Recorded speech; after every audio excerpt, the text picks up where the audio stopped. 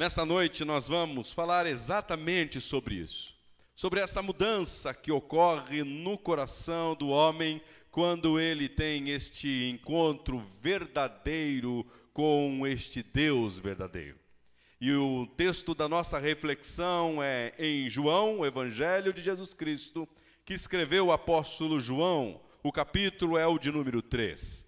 Encerramos o capítulo de número 2 na semana passada e vamos entrar no capítulo de número 3 do Evangelho de João.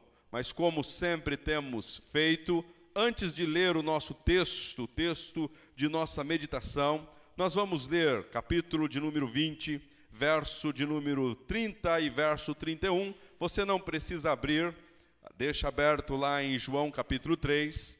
E eu quero ler esses dois versos de João 20, verso 30 e verso 31, que é o resumo deste evangelho. O resumo que João faz de toda a sua escrita, de todo esse evangelho, que ele então escreve depois de 70 anos destes acontecimentos. 70 anos depois de Cristo ter sido morto, ressurreto e assunto aos céus, ele resolve escrever esse evangelho. E o objetivo dele escrever esse evangelho é, do verso 30 a 31, dizendo: Jesus realizou na presença dos seus discípulos muitos outros sinais miraculosos que não estão registrados nesse livro. Mas estes foram escritos para que vocês creiam que Jesus é o Cristo, o Filho de Deus, e crendo, tenham vida em seu nome. Mais uma vez, Jesus realizou muitos outros sinais que não estão registrados nesse livro, mas estes que foram escritos para que vocês creiam que Jesus Cristo é o Filho de Deus e crendo, tenham vida em seu nome. Este é o resumo desse evangelho. Se alguém perguntar por que é que João escreve esse evangelho para ajudar você e eu a respondermos uma pergunta que uma vez fora feita aos discípulos. Jesus direciona aos discípulos uma pergunta, primeiro uma pergunta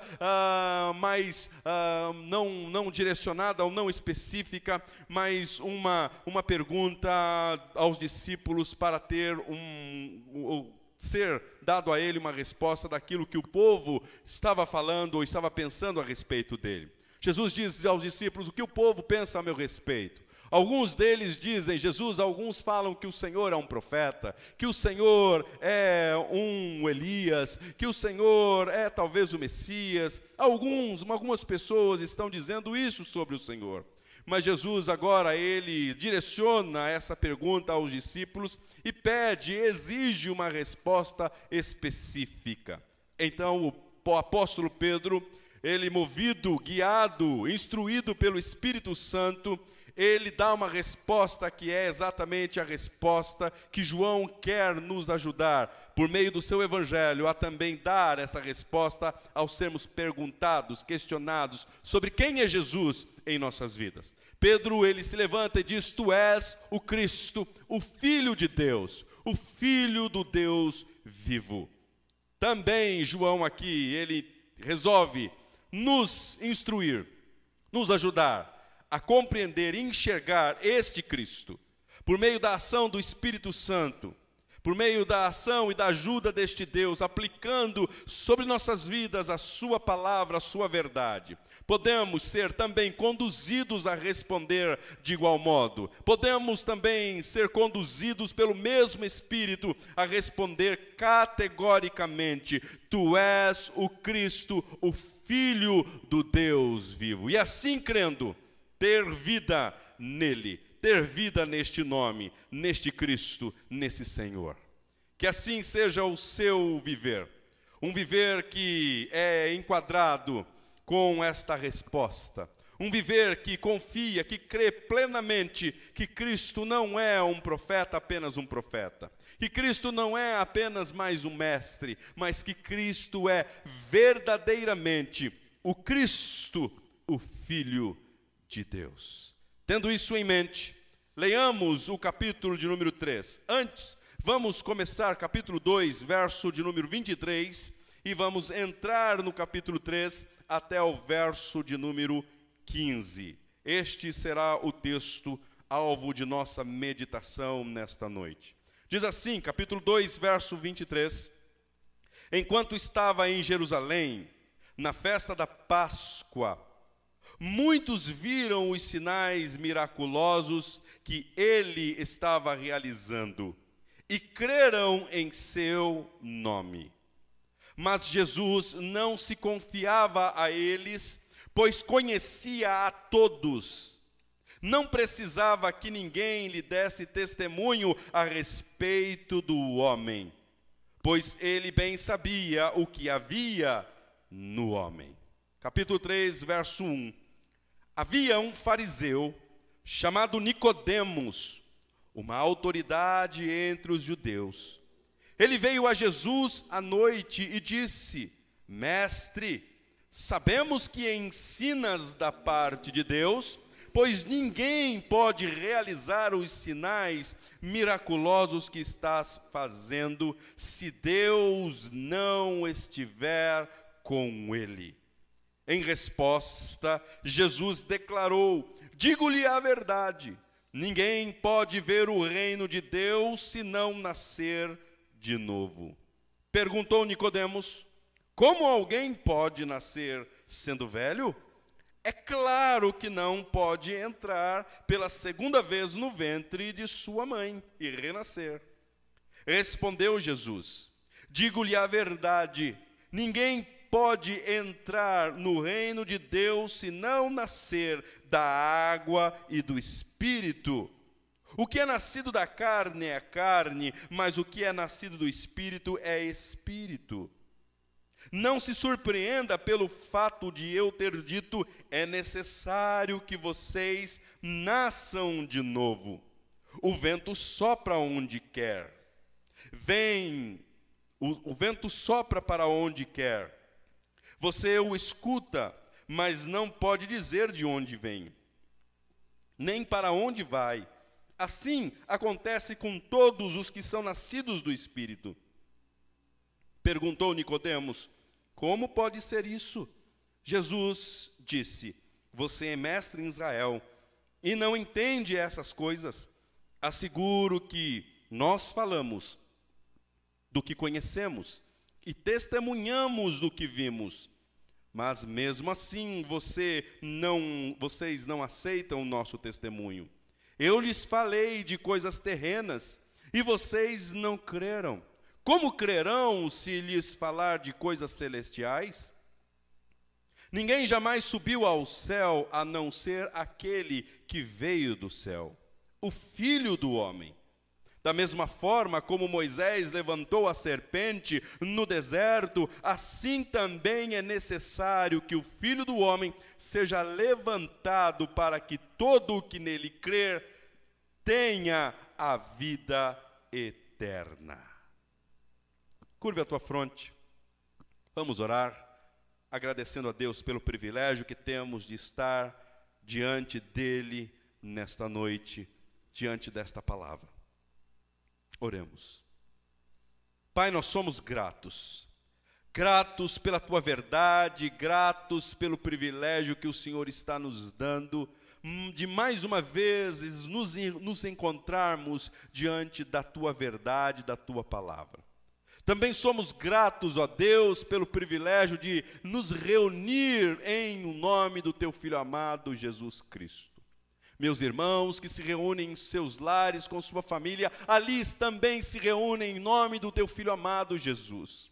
Então pedimos, como sempre o Senhor tem feito em nosso meio, que o Senhor fale aos nossos corações, fale profundamente à nossa alma, cause em nós as transformações e mudanças que tanto precisamos, ó Deus. Pois nós queremos viver a vida para a glória do teu Filho amado, Jesus Cristo, nosso Senhor. Então, nos colocamos à tua disposição, Espírito Santo, para que o Senhor realize em nós tudo quanto é a tua vontade e o teu querer. Também pedimos que o Senhor aplique estas verdades à nossa vida.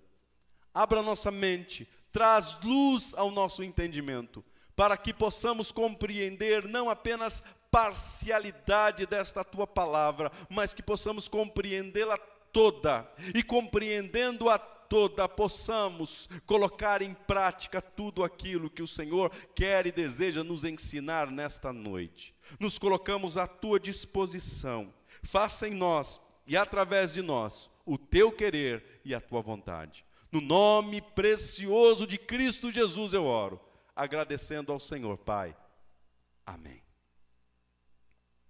Semana passada nós falamos do capítulo 2, verso de número 12 ao verso de número 22.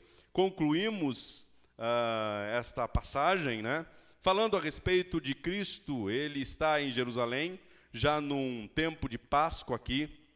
Ele sobe até Jerusalém, e a primeira coisa que ele faz como um bom judeu, como alguém que de fato quer glorificar a Deus o Pai, é ir até o templo e ali oferecer a Deus o Pai culto, juntamente com os seus discípulos. Ele faz isso. Porém, quando ele chega ali no templo, quando ele chega logo no primeiro pátio do templo de Jerusalém, esse templo de Herodes, que ainda não tinha sido concluído, tinha sido começado ou iniciado já há 46 anos, e há 46 anos ainda não concluiu. Vai ser concluído, ou seria apenas concluído em meados de 60 depois de Cristo, e logo depois, no ano 70, será destruído esse templo. Jesus sobe nesse templo e o que ele encontra ali não é algo que agrada aos seus olhos. Ele vê algumas coisas acontecendo e ele se ira. Ele se ira profundamente e então ele resolve fazer ali uma purificação do templo. Purificação realizada ali. Vimos a semana passada que ele faz isso porque ele está interessado em que o local aonde as pessoas se reuniam para conhecer a Deus, para ver Deus, para saber a respeito de Deus, estava sendo profanado. Principalmente neste lugar onde aconteciam as transações comerciais, as vendas de animais, as casas ou as mesas de câmbio, os cambistas ali que estavam trocando os dinheiros de alguns que vinham de outros países, de outros lugares com seus dinheiros. Exatamente naquele pátio conhecido como Pátio dos Gentios, ali estava sendo realizado algo que não agradava aos olhos do Deus, o Cristo, Jesus Cristo. Ele resolve então expulsar todos dali.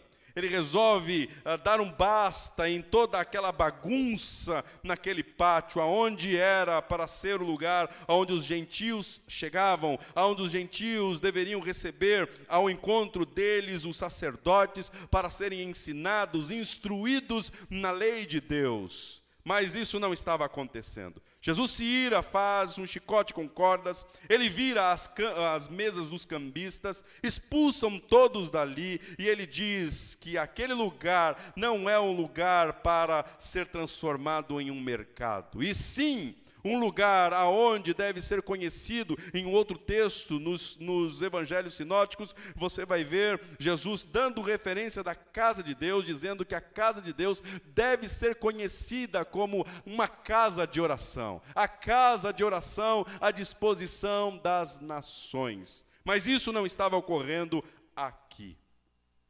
O texto, ele prossegue, João, ele segue na sua escrita, e agora ele vai apresentar um episódio que é muito bem conhecido de todos nós. O episódio, ele se dá no encontro de Jesus com este homem chamado Nicodemos. Logo após esses acontecimentos, Jesus ali mesmo em Jerusalém, ele é procurado por este homem chamado Nicodemos. Ele é procurado e ele vai à noite procurar Jesus, aonde Jesus estava, para ali conversar um pouco com Jesus e poder saber mais a respeito de Jesus. Neste capítulo 3, João registra este que é um dos maiores ensinos da fé cristã, que é um ensino essencial de entendimento obrigatório a todos aqueles que desejam ser conhecido e desfrutar do reino de Deus, ser conhecido como filhos de Deus e desfrutar do reino de Deus.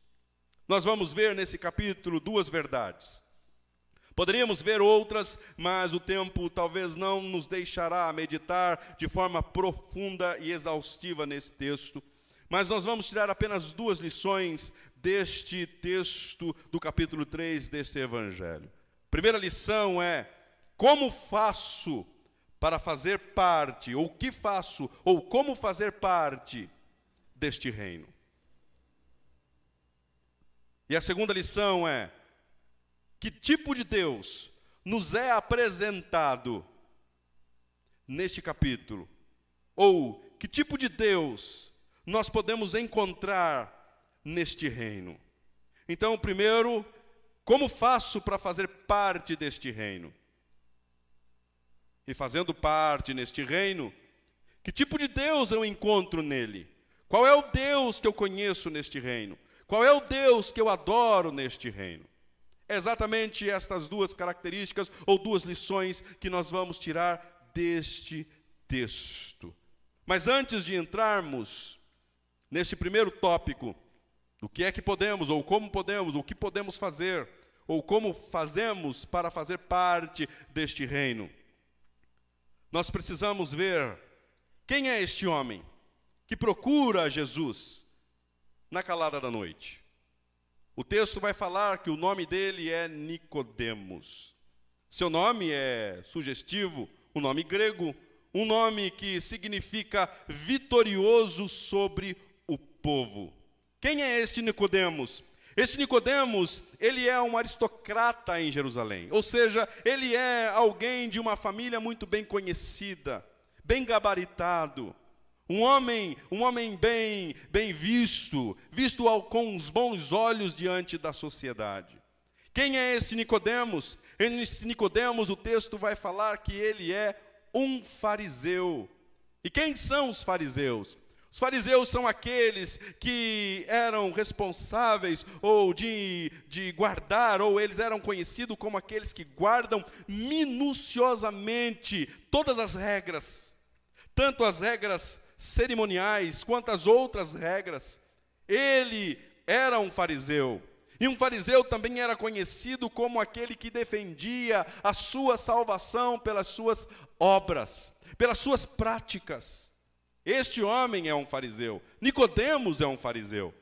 Mas o texto também vai falar que este homem, Nicodemos, ele é uma autoridade entre os judeus. Algumas outras traduções vai falar que ele era um principal dos judeus. Ou seja, ele era um líder. Ele era um líder no Sinédrio. E o Sinédrio era o lugar aonde as coisas eram decididas em Jerusalém. O Sinédrio, ele era composto por 70 homens, 70 judeus, e esses 70 judeus eram responsáveis, era um conselho onde se chegava a conclusões a serem tomadas, ou quais decisões que deveriam ser tomadas com relação à religião judaica e com relação à sociedade judaica. Quem era esse homem? Esse homem também é chamado por Jesus como um mestre, não um mestre, mas o mestre.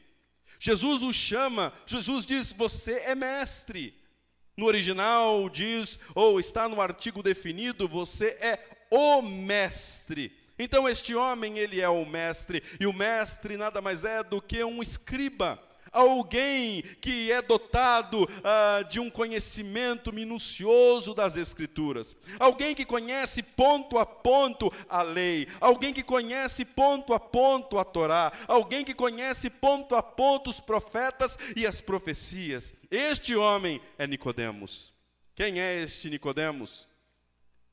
É um homem que também o texto nos apresenta como sendo alguém que está extremamente confundido, dotado de todas as honras diante dos homens, mas ele, dentro dele, lhe faltava algo. Alguém que ainda não estava completo. Alguém que dentro dele estava necessitado de algo a mais. É diante deste homem, diante de um texto que apresenta este homem, que nós nos encontramos. Nicodemos tem uma atitude Que atitude é esta? Uma atitude de ir à noite procurar a Jesus. Por que ele faz isso? Por que ele vai à noite procurar a Jesus? Duas opiniões nos é apresentada. Uma delas é porque talvez este homem gabaritado, este homem, esse escriba, esse fariseu, este integrante do sinédrio, ele não queria ser visto pelas pessoas, então ele discretamente vai até Jesus para não ser visto pelos seus alunos, para não ser visto por aqueles que o seguiam, pelos seus discípulos. Ele não queria ser visto pelas pessoas. Ele vai até Jesus de noite para não ser visto. Mas uma outra opinião nos é dada, que ele vai à noite porque a noite é o melhor horário que os fariseus ou os escribas eles tinham para estudar as Escrituras. Era a noite que ele poderia ter tempo suficiente, sem interrupções, sem ruídos comuns do dia. Ele procura Jesus à noite, porque ele quer ter tempo para conversar, ter tempo, sem interrupções, para falar com Jesus. Um comentarista chamado William Barclay, ele vai falar o seguinte: o coração e a mente de Nicodemos estava mais entenebrecida que a noite por falta de luz. Porque nele, Nicodemos, faltava a luz do reino. Mas era questão de tempo. A luz que brilha nas trevas agora estava ali diante dos seus olhos. E mais uma vez, como João afirma, as trevas não mais derrotaram a luz. João, ele afirma exatamente isso no capítulo de número 1, verso de número 2. Ele era a luz dos homens, verso de número 5, aliás. A luz brilha nas trevas e as trevas não a derrotaram. Quem é esse homem? Nicodemos. Este homem é um homem que está diante da luz, carente desta luz, carente deste conversar com Jesus, carente desta conversa, carente de ouvir mais a respeito do reino de Deus através de Cristo Jesus. Olhando para esse texto, a primeira coisa, primeira pergunta que podemos ter é como podemos fazer parte deste reino. Porque Jesus, ele vai falar a respeito de um reino. Ele vai falar que ninguém pode ver o reino de Deus. Ele mais abaixo, ele fala no verso de número 2. Verso número 3, ninguém pode ver o reino de Deus. E ele vai repetir isso no verso 5. Ninguém pode entrar no reino de Deus. Jesus afirma que existe um reino, que Deus possui um reino. Isso para o judeu não era algo com dificuldade para ser entendido. Eles entendiam sim que existia um reino. Deus, o rei, Deus reina. Deus sim é o governador, o rei de tudo e de todos. E Jesus afirma para Nicodemos: Nicodemos, ninguém pode ver o reino de Deus se não acontecer algo. Ninguém pode entrar no reino de Deus se não acontecer algo primeiramente. Então a primeira pergunta que podemos fazer é: como fazer para fazer parte deste reino? Antes de responder como entrar nesse reino, como fazer parte neste reino, quero responder a negativa dessa pergunta. O que nós temos de deixar de fazer para pertencer a este reino? Primeiramente, Nicodemos vem até Jesus, gabaritado, douto, conhecedor da lei. Ele vem até Jesus. E a primeira coisa que nós podemos ver no texto é que nunca seremos, jamais pertenceremos a este reino por intermédio de nossas religiosidade. Nunca seremos, jamais pertenceremos a este reino por intermédio de nossa religiosidade. Quem vai ter encontro com Jesus? Quem vai ao encontro com Jesus é um homem religioso, Nicodemos. Nicodemos era um homem com um pedigree invejável no quesito de religião. Não existia ninguém aqui que poderia bater no peito e dizer: eu sou melhor ou mais religioso do que este homem. Ele era um fariseu, alguém que observava minuciosamente as regras, alguém que observava minuciosamente os ritos, alguém que observava minuciosamente a liturgia, os sacrifícios, guardava as festas. Ele, Nicodemos, ele poderia perfeitamente dizer: se existe alguém que faz parte deste reino, sou eu, por causa da minha religiosidade. Eu conheço as regras do pode e não pode da lei. Eu conheço as regras do manuseie e não manuseie da lei. Eu sou um perito nisso, eu sou um conhecedor dessas regras, desta lei. Eu sou religioso e por causa da minha religiosidade e por causa do meu status religioso, então eu posso me entender como sendo um destes que faz parte do reino de Deus. Não. Jesus deixa claro que por causa destas coisas, ele não fazia parte, ele não podia se entender como fazendo parte deste reino.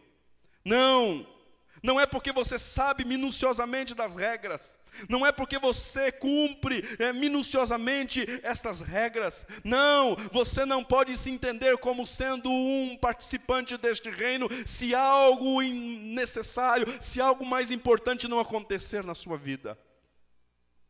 Quem era este homem? Para se entender como sendo um que participa deste reino. Ele era um escriba, ele era um perito na lei, ele era um conhecedor, um estudioso da Torá, ele era um conhecedor, estudioso dos profetas e conhecedor das profecias. Ele conhecia a cultura de Israel, ele conhecia a religião de Israel, ele conhecia o livro que regia a religião judaica, ele era um conhecedor, ele era um ensinador desta lei, ele era um ensinador desta religião. Este homem, um escriba. Este homem poderia sim se entender como sendo participante deste reino. Segundo, como pertencer a este reino, o que não fazer para pertencer a este reino. Jamais pertenceremos a este reino por qualificações sociais. Primeiro, nunca seremos e jamais pertenceremos por causa das nossas religiosidades. Segundo, nunca seremos e jamais pertenceremos a este reino por qualificações sociais. Nicodemos era um homem público, de referência imaculada diante da sociedade. Este homem andava pelas ruas e as pessoas meneavam a cabeça, aprovando: aí está um homem sincero, aí está um homem justo. Diante dos homens, Nicodemos, era aplaudido. Diante dos homens, este Nicodemos era aclamado como sendo uma pessoa boa, justa. Mas Jesus deixa claro que isso não é suficiente para você entrar no reino de Deus. Você ter uma qualificação diante dos homens, uma boa qualificação, uma boa reputação diante dos homens, não faz de você um cidadão do reino dos céus. Nicodemos pertencia a um alto escalão de oficiais que decidiam muitas coisas em Jerusalém. Ele era um membro do Sinédrio. Nicodemos era aplaudido de pé por suas credenciais diante do povo judeu. Diante dos homens, aos olhos dos homens, este Nicodemos, ele era um homem de sucesso. Mas Jesus vem e diz: Nicodemos, não, isso não é suficiente. Não é suficiente você ser aplaudido pelas pessoas. Não é suficiente você ser aclamado pelas pessoas. Não é suficiente você ser visto como alguém de sucesso diante das pessoas. E isso não faz de você, não é suficiente para você se tornar um participante do reino de Deus. E terceiro, nunca seremos, jamais pertenceremos a este reino por méritos de uma boa moral. Quem é Nicodemos? Nicodemos era o tipo de pessoa que se julga boa e qualificada para o reino, simplesmente por não roubar, por não matar, por não fumar, e por ajudar os pobres, assistir os necessitados. Ele se julgava de uma moral elevada, porque ele não fazia aquilo que os pecadores faziam. Ele não fumava, ele não bebia, ele não roubava, ele não matava. Muito pelo contrário, ele ajudava as pessoas. E essas boas obras poderiam trazer a qualificação necessária para alguém se tornar, sim, participantes do reino de Deus. Certa feita, ouvimos de um certo indivíduo na esfera política brasileira que neste mundo não existia uma alma viva e honesta mais do que ele. E toda vez que eu lembro dessa frase, o que vem na minha mente é aquele meme daquele garotinho gordinho dando risada. Esse homem dizendo que não existe uma alma viva mais honesta do que ele. Se alguém poderia dizer essas palavras, e ao dizê-la, talvez convencer você e eu delas, é Nicodemos. Nicodemos poderia dizer assim: não existe neste mundo uma alma viva mais honesta do que eu. Não existe neste mundo uma alma viva com uma moral mais elevada do que a minha. Irrepreensível moralmente como eu, não existe. Nicodemos poderia perfeitamente ser essa pessoa que falasse isso. Mas Jesus, ele vai dizer: Nicodemos, mesmo com uma moral elevada como a sua, isso não é o requisito último para você se tornar participante do reino de Deus. Não! Ninguém será visto, ninguém será recebido, entendido como pertencente a este reino de Deus por possuir essas credenciais, Nicodemos. Credenciais religiosas, credenciais social, credencial moral. Não, ninguém será recebido e entendido como participante do reino de Deus. Nicodemos não foi aceito por essas credenciais. Você e eu nunca seremos recebidos por meio delas. Faltava algo a Nicodemos, e continua faltando o mesmo algo a muitos Nicodemos nos nossos dias. Quantas pessoas você conhece, quantas pessoas você sabe, que por ser elas de uma moral elevada, elas concluem que se existe alguém que pode, que vai entrar e que vai ver o reino de Deus, este alguém sou eu. Se existe alguém, por causa da minha religiosidade, que vai entrar no reino de Deus, por causa dos meus ritos religiosos, se existe alguém que vai ver Deus, que vai encontrar Deus, que vai entrar no reino de Deus, esse alguém sou eu. Quantas pessoas você não conhece com este pensamento, com o mesmo pensamento de Nicodemos, por causa das suas credenciais? Mas não, faltava-lhe algo. E talvez você pergunte: então o que é? Como pertencer a este reino? Para vermos e entrarmos neste reino, É exigido algo que nunca seremos capazes de realizar por nós mesmos. Jesus vai dizer: Nicodemos, lhe falta algo, e este algo é nascer de novo. Aqui esse nascer de novo pode também significar, ou pode também ser traduzido como nascer do alto. Ninguém entrará no reino, ninguém verá o reino, ninguém participará do reino, se não entender isso, que é necessário nascer do alto. E este nascer do alto é algo que nós não podemos realizar por nós mesmos. É algo que nós não somos capazes de realizar. O termo nascer do alto não era desconhecido, ou o termo nascer de novo, não era desconhecido de Nicodemos. Nicodemos, um fariseu, Nicodemos, um escriba, Nicodemos, um mestre. Ele ensinava pessoas que porventura se converteram ao judaísmo. E essas pessoas, ao se converterem, conhecidas como prosélitos, elas eram iniciadas na religião judaica. E ali se entendia que aquela pessoa, a partir daquele momento, ela nasceu de novo. O termo, o conceito para Nicodemos não era desconhecido. Muitos eram convertidos ao judaísmo e foram recebidos como nascidos de novo.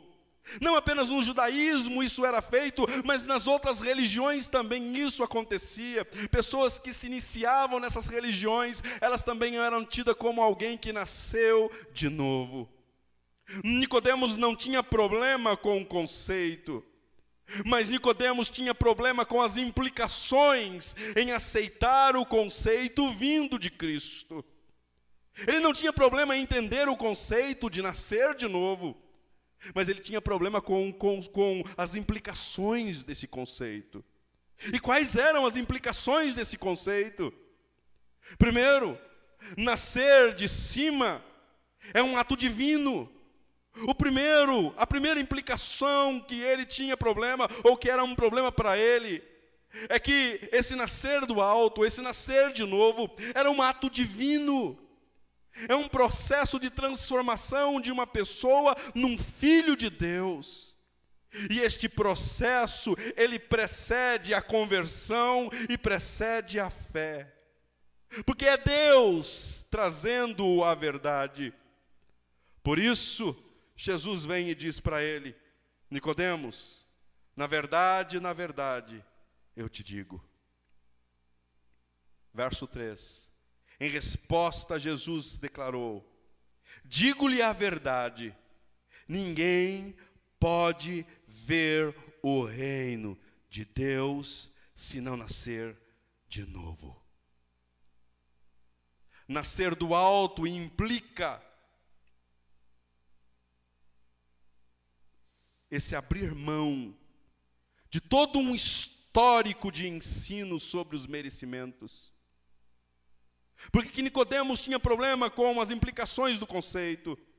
Porque as implicações do conceito eram: Nicodemos, você precisa abandonar este pensamento de que você faz por merecer o reino. Você precisa abandonar este pensamento de que você vai ganhar por causa das suas obras, por causa dos seus feitos, você vai merecer entrar, ver, participar do reino de Deus. Você precisa esquecer disso. Porque essa transformação de uma pessoa em filho de Deus não é algo que se dá pelos feitos, pelas obras do homem, mas sim pela ação direta e exclusiva deste Deus.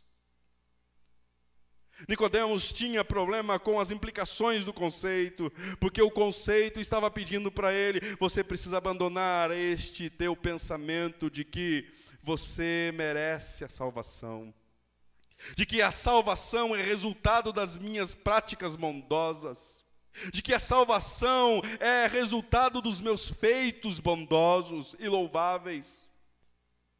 Jesus estava dizendo para ele: Nicodemos, isso é insuficiente.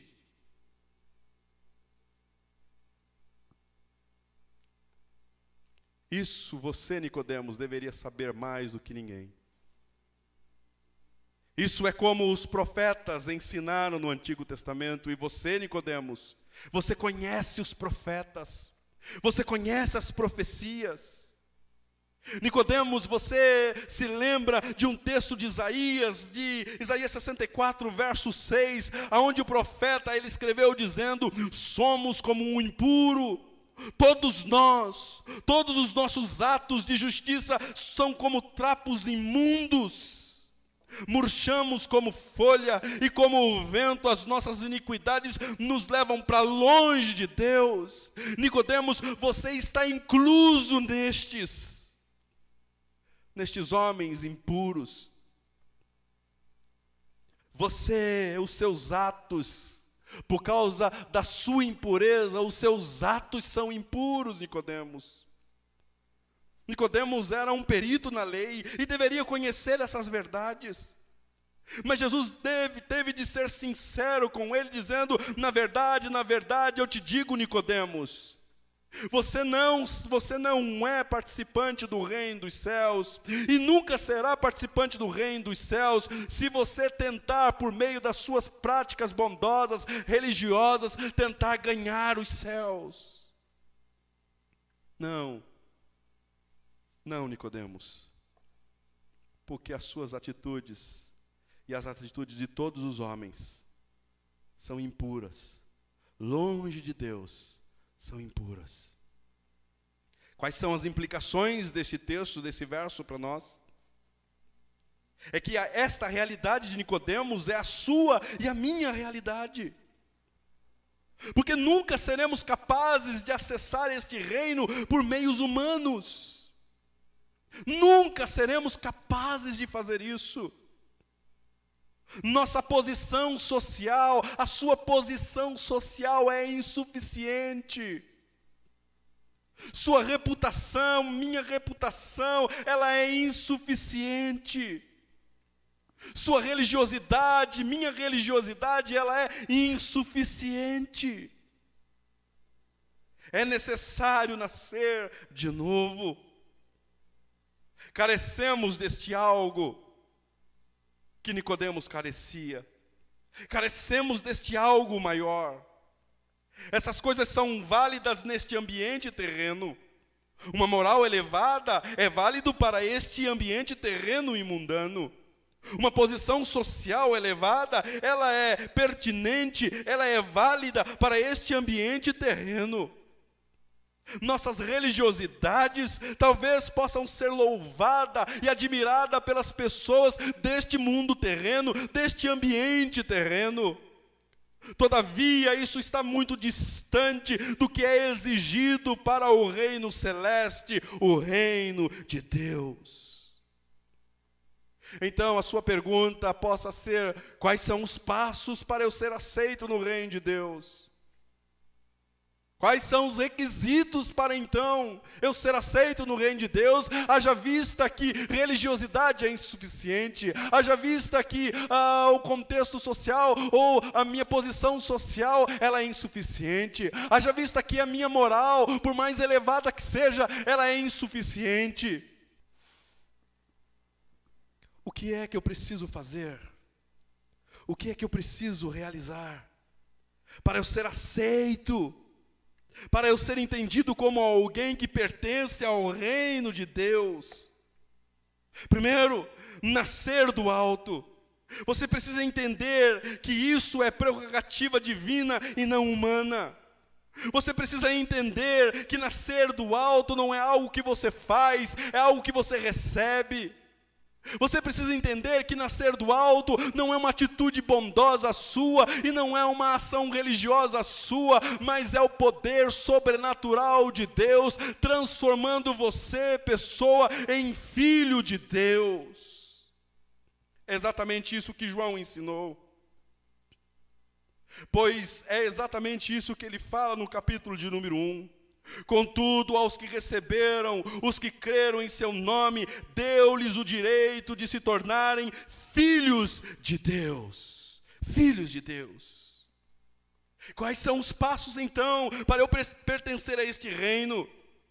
O primeiro passo é você ser conduzido pelo próprio Deus a ser transformado em um filho de Deus. Nada do que você possa fazer irá adiantar ou irá te conduzir a ser transformado num filho de Deus. Não. Se a ação sobrenatural, se a ação bondosa, se a ação poderosa deste Deus glorioso não agir diretamente em você, você jamais participará deste reino. Segundo, o que é que eu devo, quais são os passos para eu me tornar aceito no reino de Deus? É abrir mão das minhas heranças religiosas e entender que não posso fazer por mim mesmo, e que eu não passo de alguém pobre espiritualmente. Assim sendo, e entendendo que eu sou pobre espiritualmente, serei visto como um bem-aventurado. Mateus capítulo 5, do verso 3 em diante, Jesus ensinando no sermão conhecido como o Sermão do Monte, Jesus vai falar que bem-aventurados são os pobres de espírito. Sim, bem-aventurados pobres de espírito, pois deles é o reino de Deus. Sabe o que isso significa? Isso significa que você agora vai passar a se entender não como sendo alguém com direito, mas alguém com as mãos vazias e alguém impossibilitado de ser e fazer parte deste reino. E você entendendo assim, sabendo que você por si só não conseguirá, você irá clamar por alguém superior. É a figura da criancinha entrando numa loja para comprar o tablet da última geração. E tentar comprar esse tablet com seus dinheiros de brinquedo. Não serve. Não serve. O preço foi estipulado para o tablet, mas o dinheiro da criança, aquele dinheiro não serve para comprar. Essa criança é incapaz de pagar o preço exigido. Essa criança é incapaz de pagar com as suas moedas. Pode ter muitas moedas de brinquedo, mas será incapaz de comprar. Você e eu, com as nossas moedas, com os nossos títulos, com as nossas credenciais, nunca, jamais conseguiremos comprar este título de cidadão do reino dos céus. Sim, existe um preço. Existe um preço estipulado para ser transformado de uma pessoa, simples criatura, em um filho de Deus. Sim, o preço foi estipulado, mas o seu dinheiro, o meu dinheiro, os nossos valores não correspondem ao valor estipulado. É incapaz, não tem valor algum, não conseguimos comprar, não conseguimos pagar. Jamais conseguiremos, jamais pertenceremos, se não for pelo preço pago por Cristo Jesus. E ao se entender como uma pessoa pobre de espírito, Jesus ensina no Sermão da Montanha que bem-aventurados também são os que choram. Bem-aventurados que choram, porque serão consolados. Bem-aventurados que se entendem como pobres, porque não tem como comprar, desejam ser, mas não tem como comprar, então choram. E quando choram verdadeiramente, porque os seus olhos foram abertos para aquilo que são diante de Deus, choram e são consolados, porque encontram a mão bondosa de um Deus que o conduz nessa transformação de simples pessoa para filho de Deus.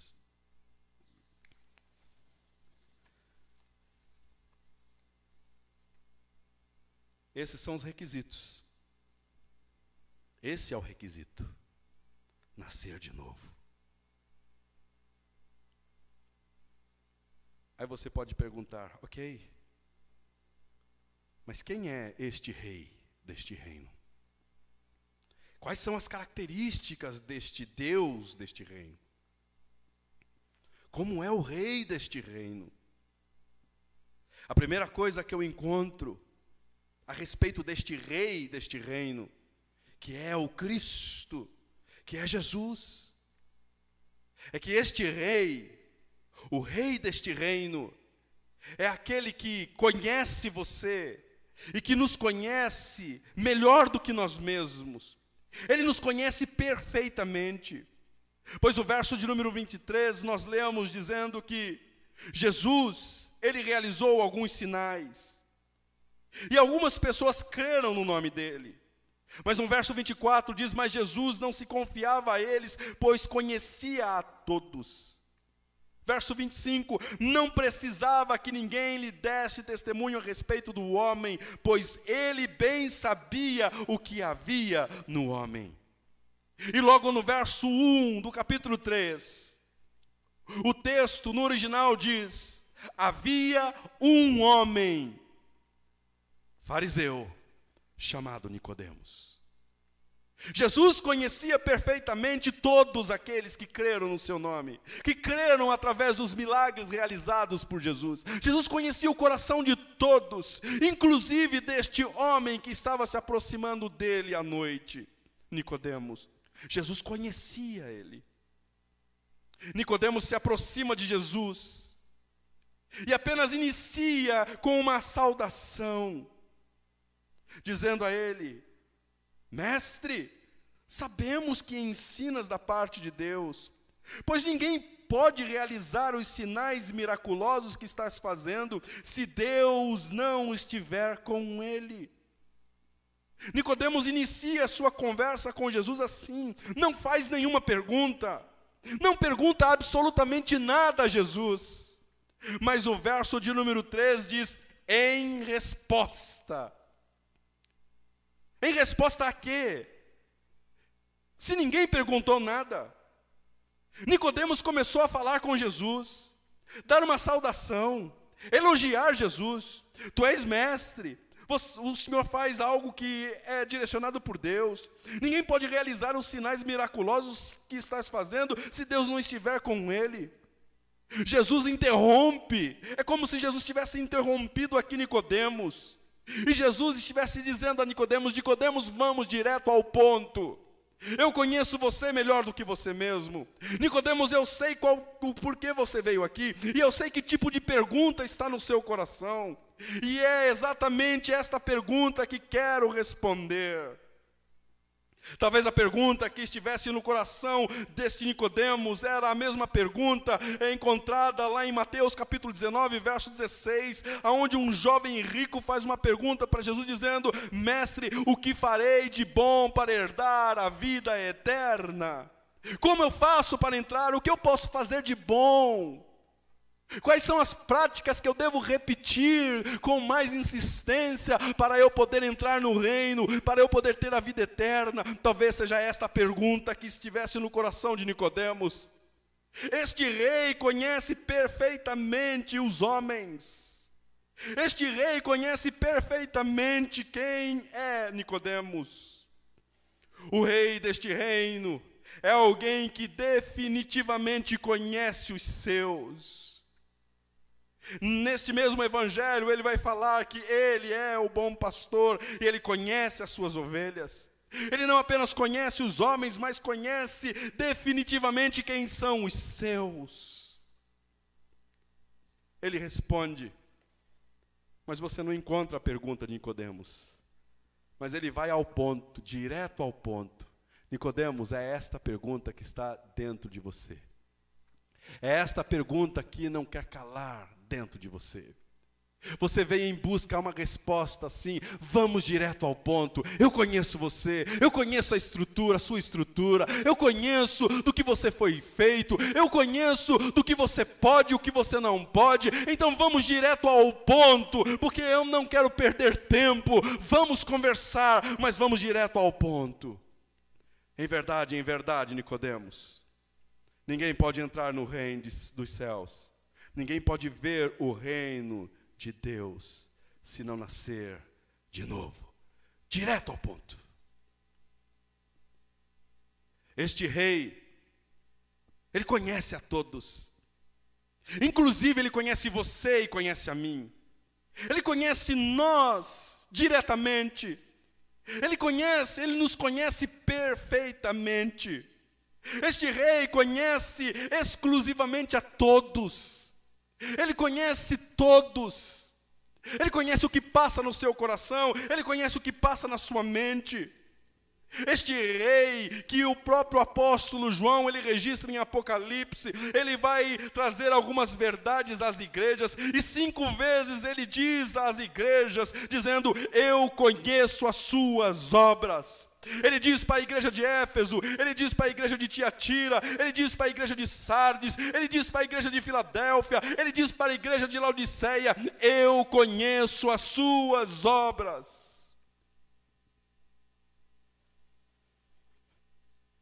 Para a igreja de Esmirna, ele vai falar: eu conheço as suas aflições, e eu também conheço a sua pobreza. E para a igreja de Pérgamo, ele diz: eu conheço aonde você vive, e do jeito que você vive, e com quem você vive. Eu conheço você. Este rei deste reino dos céus, reino de Deus, conhece você, conhece a mim, sabe exatamente o que pensamos, sabe exatamente o que desejamos, conhece exatamente a sua e a minha estrutura. Este rei conhece a sua e as minhas incapacidades, os nossos defeitos, os defeitos dos nossos corações. Ele conhece perfeitamente os defeitos e as incapacidades de um coração de um Nicodemos. Mesmo ele, Nicodemos, não sabendo disso. Como pode? Como pode alguém nascer de novo? Agora ele faz a pergunta, e ele faz essa pergunta 3 vezes. Nicodemos pergunta, verso 4, como alguém pode? É claro que ninguém pode entrar pela segunda vez. Verso de número 10, ou 9. Perguntou Nicodemos: como pode ser isso? Nicodemos não sabia a resposta. Mas Jesus, que conhecia perfeitamente o coração de Nicodemos, incita nele, aguça nele esse desejo por querer saber como isso é possível. Quem é este rei, então? Este rei é alguém que conhece você e conhece a mim perfeitamente. Mas o que mais podemos aprender e ver aqui a respeito deste rei? É que este rei deste reino é um rei misericordioso. Sabendo quem era Nicodemos, e sabendo da sua incapacidade, qual solução que Jesus propõe a ele? Como esse processo de nascer do alto começa? Como na prática isso é possível? Pois ele pergunta no verso 9, como isso pode ser feito? Como isso pode ser possível? Jesus responde no verso 10, diz a ele: Nicodemos, você é mestre em Israel e não entende? Nicodemos, você é o mestre, você é o gabaritado, você é o conhecedor de todas as regras, de todas as leis, de todos os profetas, de todas as profecias. Você conhece e você não sabe? Nicodemos, há um texto nas Escrituras do Antigo Testamento. Nicodemos, há um texto lá em Números, capítulo de número 21, verso 4 a 9, você lembra deste texto? Claro, Jesus, claro que eu lembro. É o texto onde o povo de Israel estava reclamando da sua estadia no deserto, estava reclamando do pão que Jesus tinha enviado, estava reclamando da liderança de Moisés, estava reclamando do próprio Deus, estava reclamando de tudo. Então Deus envia serpentes venenosas, e essas serpentes vão e picam esses israelitas, e muitos ali foram ceifados, e muitos ali morreram, porque foram alvo dessa serpente, foram picados, envenenados e estavam morrendo. Sim, Jesus diz: está vendo como você é um mestre, você é conhecedor disso, você sabe muito bem disso. Mas eu quero dizer a você, Nicodemos, Da mesma forma como Moisés levantou a serpente no deserto, assim também é necessário que o Filho do Homem seja levantado. Assim como Moisés levantou a serpente, assim como depois das pessoas terem sido envenenadas, e ali com medo elas clamaram, elas pediram para Deus, e Deus misericordiosamente diz a Moisés: fabrique aí uma serpente, e levante essa serpente de ouro, e que ela seja vista, e que as pessoas que olharem para esta serpente, elas serão curadas. Lembra disso? Lembro sim, Jesus. Então, Nicodemos, assim como essa serpente foi levantada no alto, o Filho do Homem será levantado. E sabe qual é o requisito para se tornar um filho de Deus e entrar e gozar da vida eterna? É você olhar para este que foi levantado para o alto, o Filho de Deus, e crer. Pois o verso de número 15 diz: para que todo o que nele crer tenha a vida eterna. Uau! Pergunta respondida. Coração de Nicodemos satisfeito. Como eu posso entrar no reino? Olhe para o Filho que será levantado, o Filho do Homem que será levantado. Creia nele, receba-o, e então desfrute da vida eterna. Este rei é misericordioso. Porque este rei poderia falar perfeitamente: olha, não há absolutamente nada que será feito, vocês estão perdidos das suas iniquidades, vocês estão perdidos dos seus delitos, não será feito absolutamente nada. Mas não, este rei diz: será feito algo. E o algo que será feito é: o Filho do Homem será levantado. Nicodemos não teve dúvida, porque ser levantado aqui estava anunciando ou representando a morte de Cristo, alguém que seria pendurado no madeiro, alguém que seria levantado em uma cruz. E Jesus está dizendo para Nicodemos: quando o Filho do Homem for pendurado, levantado no madeiro, olhe para ele e seja salvo. Olhe para ele e então tenha este novo nascimento. Creia nele. Creia nele. Todo aquele que nele crê tem a vida eterna. Jesus responde à pergunta de Nicodemos: mas quem é esse rei? Este rei é alguém que nos apresenta um amor que jamais foi visto e experimentado. O rei deste reino é um rei que ama, com o mesmo amor que é amado. Que tipo de amor é este? Nós vamos falar a semana que vem sobre este amor. Falar a respeito deste amor, que o Filho é amado e que o Filho revela. Este amor do Pai, um amor que é incontável, um amor que não podemos compreender.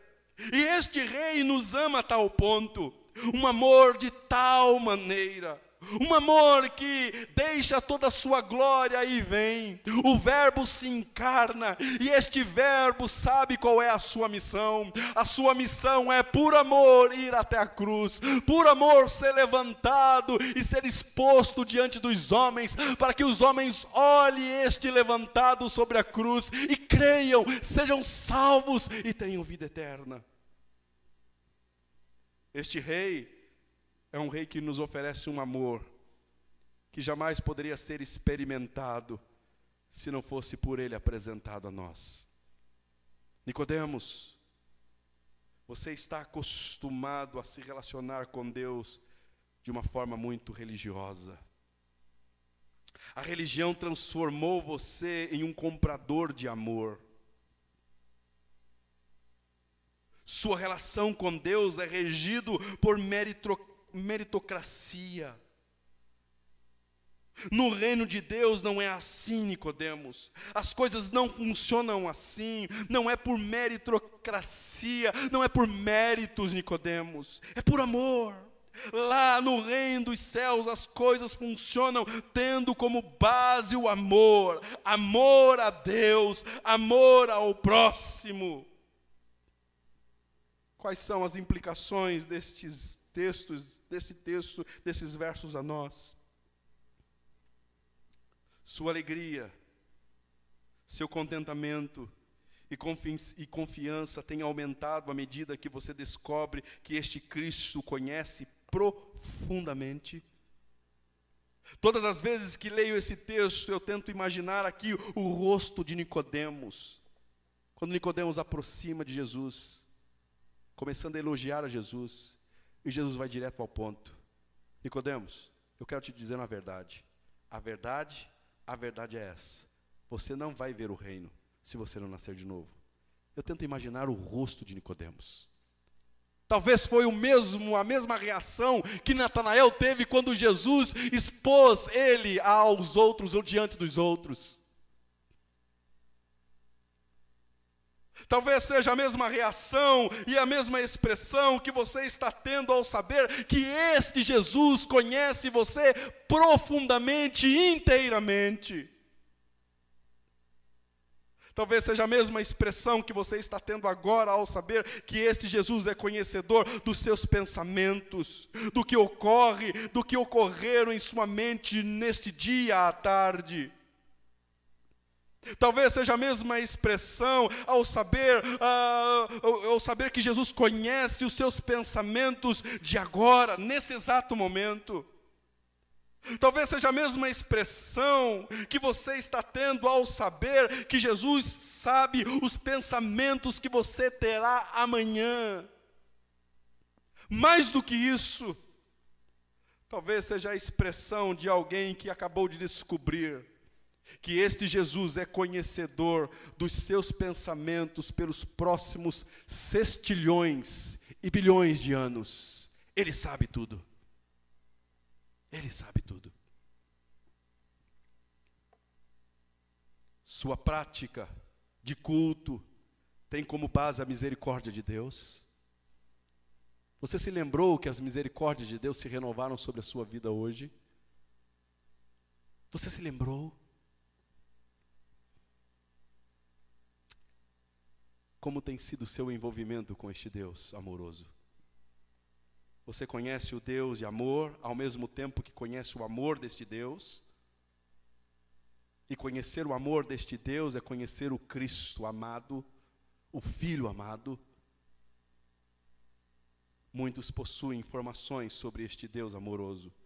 Todavia, poucos conhecem a expressão deste amor revelado em Jesus Cristo. Concluo dizendo que a maior bênção do Evangelho, não é o seu profundo conhecimento teórico e intelectual a respeito dele. A maior bênção do Evangelho está ligada a profundas transformações que ele causa na alma humana.